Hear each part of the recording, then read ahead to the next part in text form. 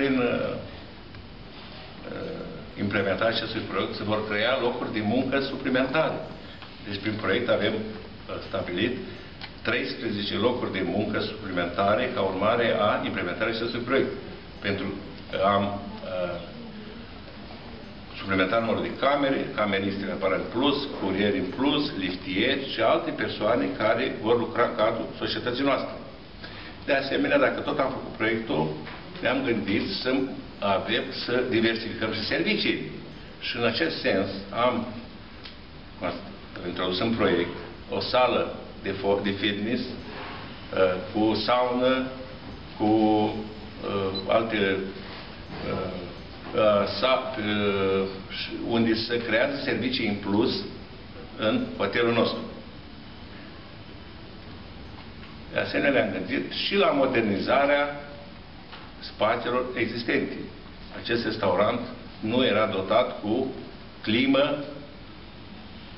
pentru care să fie automat reglată în funcție de temperatură și cu ocazia proiectului am rezolvat această problemă. Valoarea totală a proiectului este de aproximativ 1,5 milioane de euro, din care fonduri nerambursabile care vom primi aproximativ 1 milion de euro.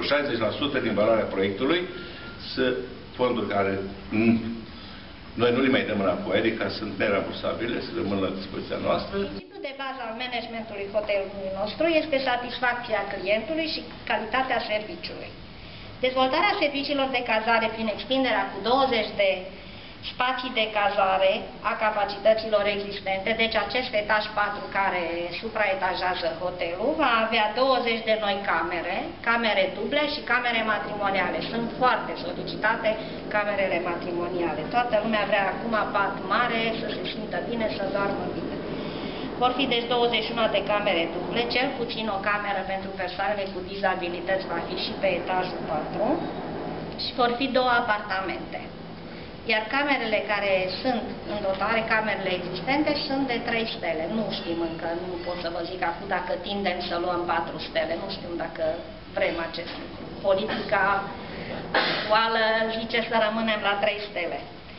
Îmbunătățirea serviciilor de alimentație publică prin reamenajarea restaurantului, despre care va vorbi și domnul Bălan, climatizarea spațiilor restaurantului, dezvoltarea facilităților și serviciilor oferite turiștilor, amenajarea sălii de fitness la subsol, prin recompartimentarea și modernizarea subsolului clădirii, dotarea cu bar, cu 2 săli multifuncționale, cu bandă abdomen, cu bandă eliptică, greutăți, oglinzi, altele, amenajarea unei saune cu capacitate de 3 persoane, modernizarea și dotarea corespunzătoare a sălii de conferințe existente. Deci noi avem deja o sală de conferință aici la parter, dar nu are dotarea necesară, iar acum v-am spus că evenimentele sunt foarte la modă, se fac foarte multe traininguri, sunt foarte multe reuniuni, prezentări de produse farmaceutice, de produse cosmetice, toate acestea, omul închiriază sala, vrea pauză de cafea, vrea masa de prânz, va dinnerul,